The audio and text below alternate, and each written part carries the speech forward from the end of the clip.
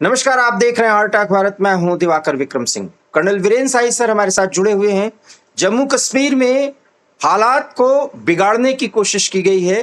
वो स्थिति जहां जम्मू कश्मीर में अमन चैन की स्थिति बन रही थी, लेकिन ये सब कुछ बनाने की कवायद थी।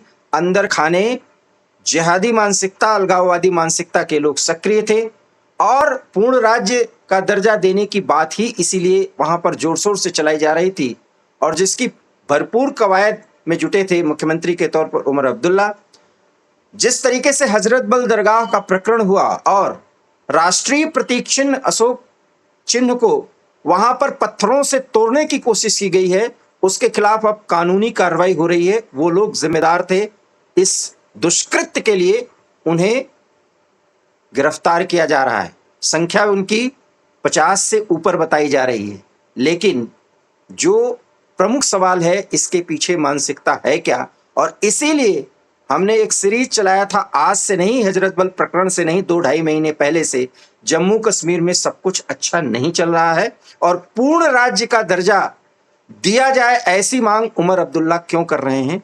उमर अब्दुल्ला की भी भाषा चाहे मजबूरी में हो और चाहे जानबूझ करके, जो आप समझें, वो कट्टरपंथियों के साथ सहयोग करने की है। राष्ट्रीय अस्मिता के साथ खिलवाड़ हो और वहां का मुख्यमंत्री ये बोले कि अंद्रावी को माफी मांगनी चाहिए क्योंकि उन्होंने हजरत बल दरगाह में बुत परस्ती करवाई है। क्या अशोक का लाट या हमारा राष्ट्रीय नेशनल एम्बलम बुत है? उससे हमारी भावनाएं जुड़ी हुई हैं, लेकिन उमर अब्दुल्ला मुख्यमंत्री के तौर पर ये बोलते हैं और उनकी कड़ी भर्त्सना या पुरजोर मजम्मत नहीं की जाती। क्या है कारण? आप जरूर समझिए। Over to you sir. धन्यवाद दिवाकर जी। मैं इस बर्निंग इशू कहूंगा J&K का आजकल, इस बारे में चर्चा करने से पहले थोड़ी सी इसकी बैकग्राउंड देना चाहता हूं, क्योंकि बहुत से भारतवासी शायद भूल चुके होंगे कुछ चीजें। हजरत बल वो जगह है जहां के मोहे मुबारक यानी हजरत साहब की मूंछ का बाल रखा जाता है, रखा हुआ है। एक समय ऐसा आया था कि अचानक गायब हो गया था जी। और बहुत ज्यादा हंगामा हुआ कश्मीर में, और जितनी ड्रामेटिकली वो गायब हुआ, पॉलिटिकल अपहीवल हुआ, और फिर उतने ही ड्रामेटिकली वो मिल भी गया। मैं उस पर कमेंट नहीं करूंगा। मैं उसके साथ ये भी बताना चाहता हूं कि ये जो हजरत बल का इलाका है, ये अब्दुल्ला फैमिली का बेसिक गढ़ है, और यहाँ पर कोई भी हरकत अगर होती है तो वो इनकी इच्छा या इनकी डायरेक्शन या इनकी हामी के बगैर हो, ऐसा मुझे लगता नहीं है। ये एक बैकग्राउंड है जो हमें बैक ऑफ द माइंड रखनी चाहिए जब हम अगली बार कर रहे हैं। दूसरी बात, भारतीय झंडा, भारतीय नेशनल एंथम, राष्ट्रीय गान, भारत माता की जय, वंदे मातरम, भारत का कोई भी सिग्नेचर या भारत का एम्बलम, ये चीजें कश्मीर में काफी अरसे से इनका निरादर होता रहा है। ISIS के झंडे फहराए जा सकते थे, पाकिस्तान के झंडे फहराए जा सकते थे। कितना अरसा हम लाल चौक पर नेशनल तिरंगा नहीं फहरा पाए थे। जी जी। तो ये चीज एक बैक ऑफ द माइंड रखते हुए, तो ये झंडे की या एम्बलम की लड़ाई आज की नहीं है। और जब जब डिस्टरबेंस करना होता है तो ये चैलेंज भारत के सिग्नेचर या भारत की सॉवरेनिटी या अथॉरिटी पर इसी प्रकार करते आए हैं। तो जैसा आपने कहा, ये एक नई शुरुआत उसी हजरत बल से हुई जिसका इतिहास अपहीवल या डिस्टरबेंस पैदा करने का पुराना भी रहा है। जी। अब महबूबा जी ने एक परसों प्रेस कॉन्फ्रेंस की, उनकी टेबल पर कश्मीर का झंडा रखा हुआ था।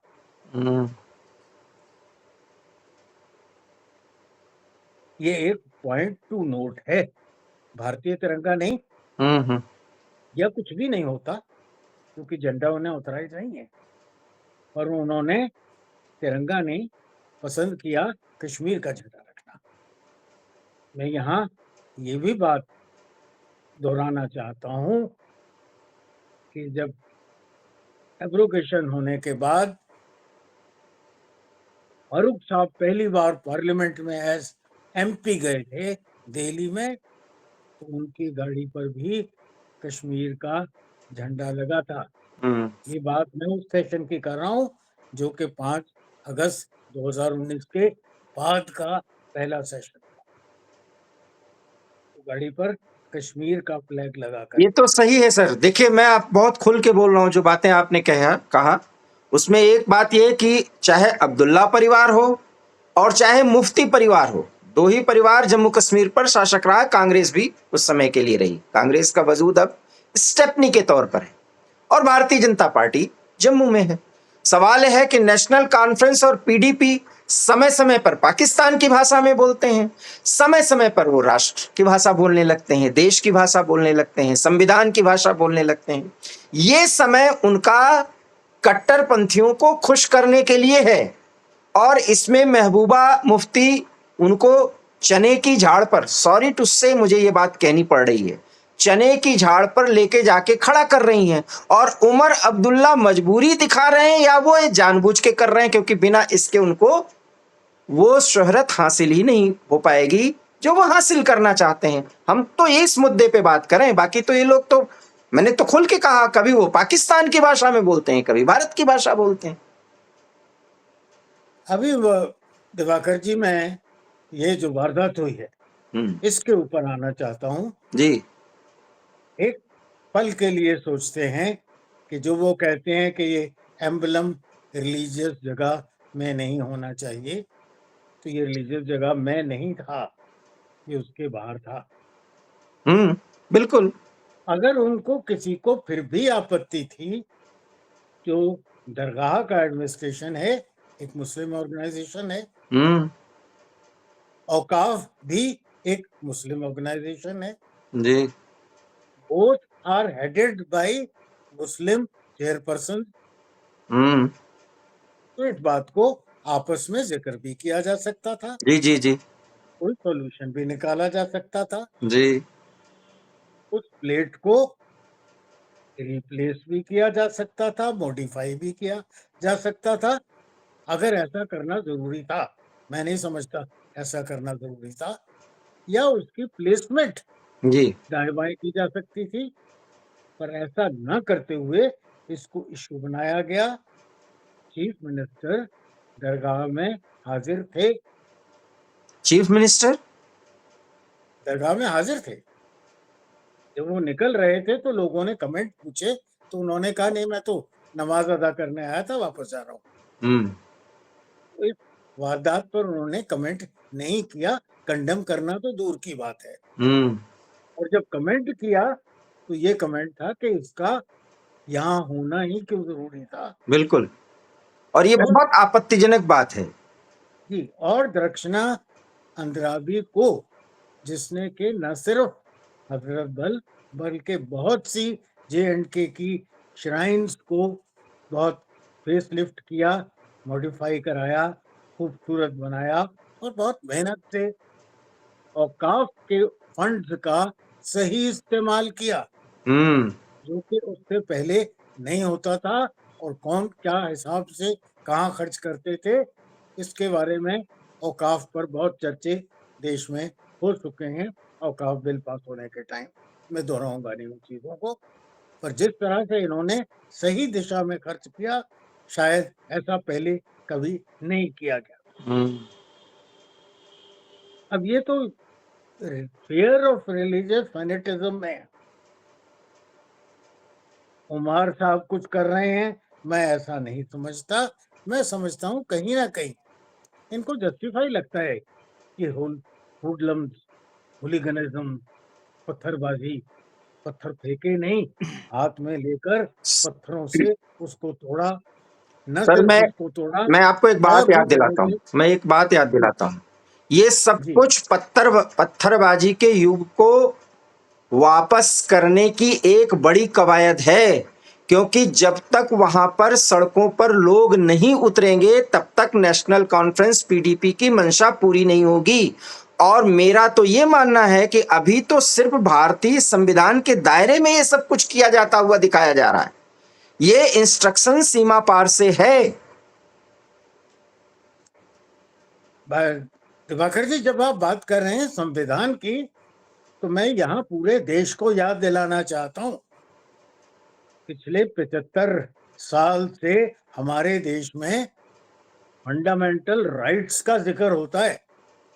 वहाँ एक आर्टिकल 51 भी है जिसमें अधिकार, फंडामेंटल ड्यूटीज कर्तव्य, दी हुई हैं। कर्तव्य, मौलिक और कर्तव्य। फंडामेंटल ड्यूटीज न स्कूल कॉलेज कहीं पढ़ाई जाती हैं, न उनका मीडिया जिक्र करता है, न उनका कोई नेता जिक्र करता है, न देश के कहीं जिक्र में आता है कि आप फंडामेंटल ड्यूटीज के लिए क्या कर रहे हैं।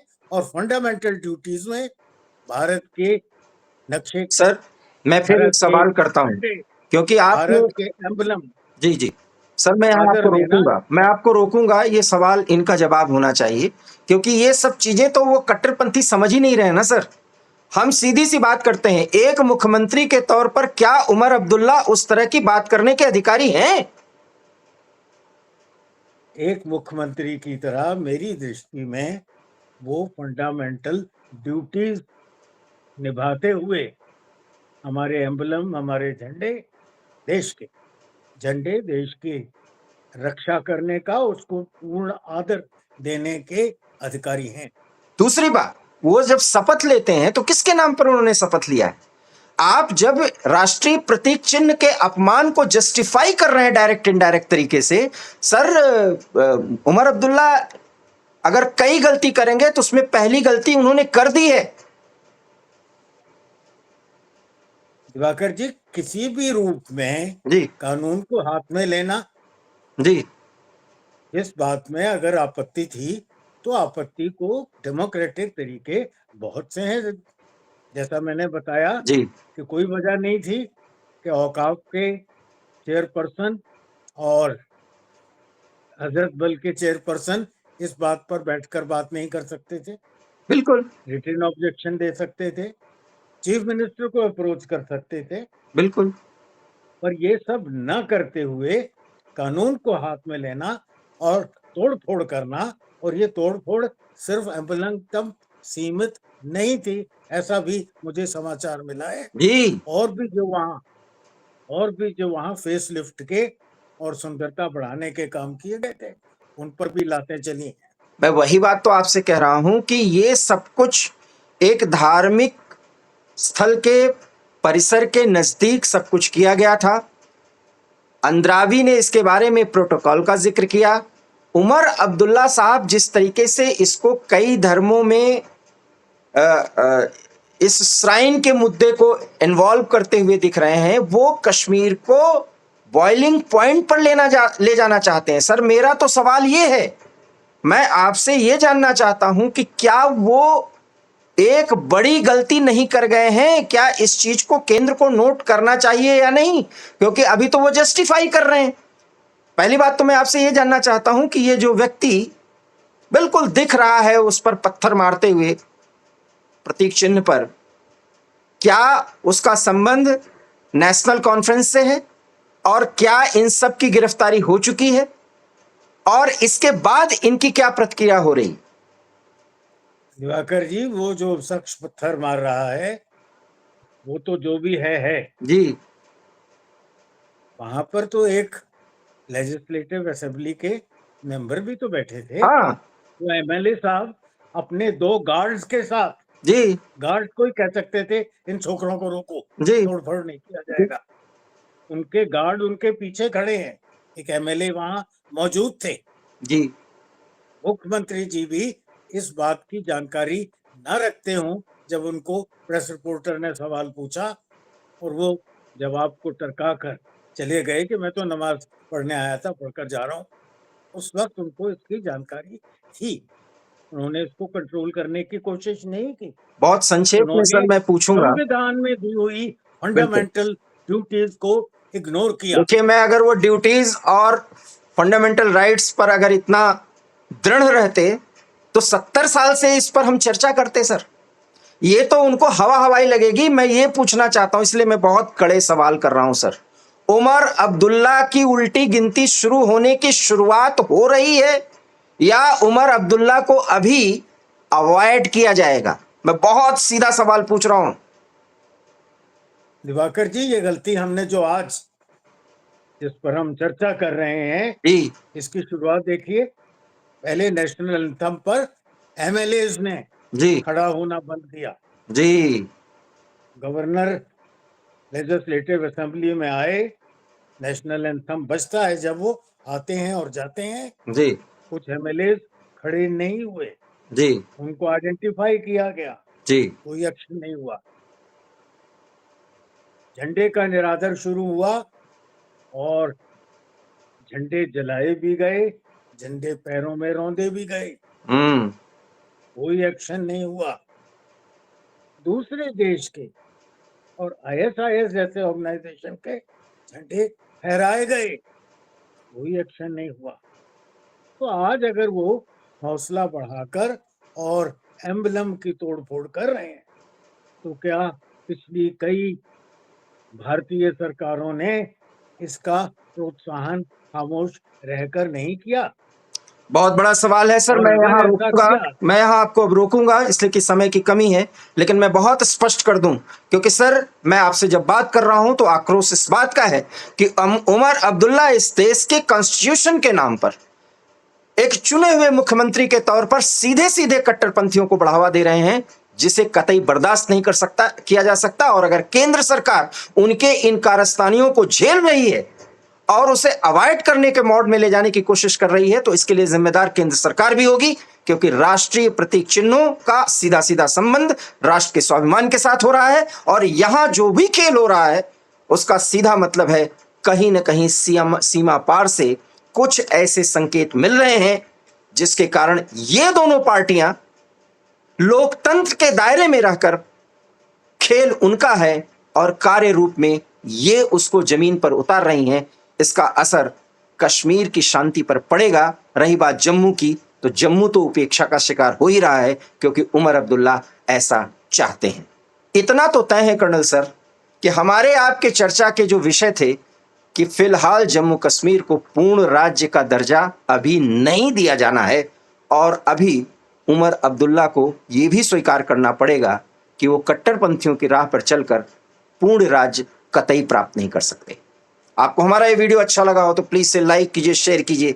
इस चैनल पर कर्नल सर से इसी टॉपिक पर हम आगे भी बात करेंगे, क्योंकि ये मुद्दा सिर्फ 15 या 20 मिनट के डिस्कशन का नहीं है। उमर अब्दुल्ला की सोच है क्या और ये खेल हो क्या रहा है, हम आगे के वीडियो में और विस्तार से और गहन तरीके से आपको बताएंगे। बहुत बहुत धन्यवाद। नमस्कार। धन्यवाद दिवाकर जी।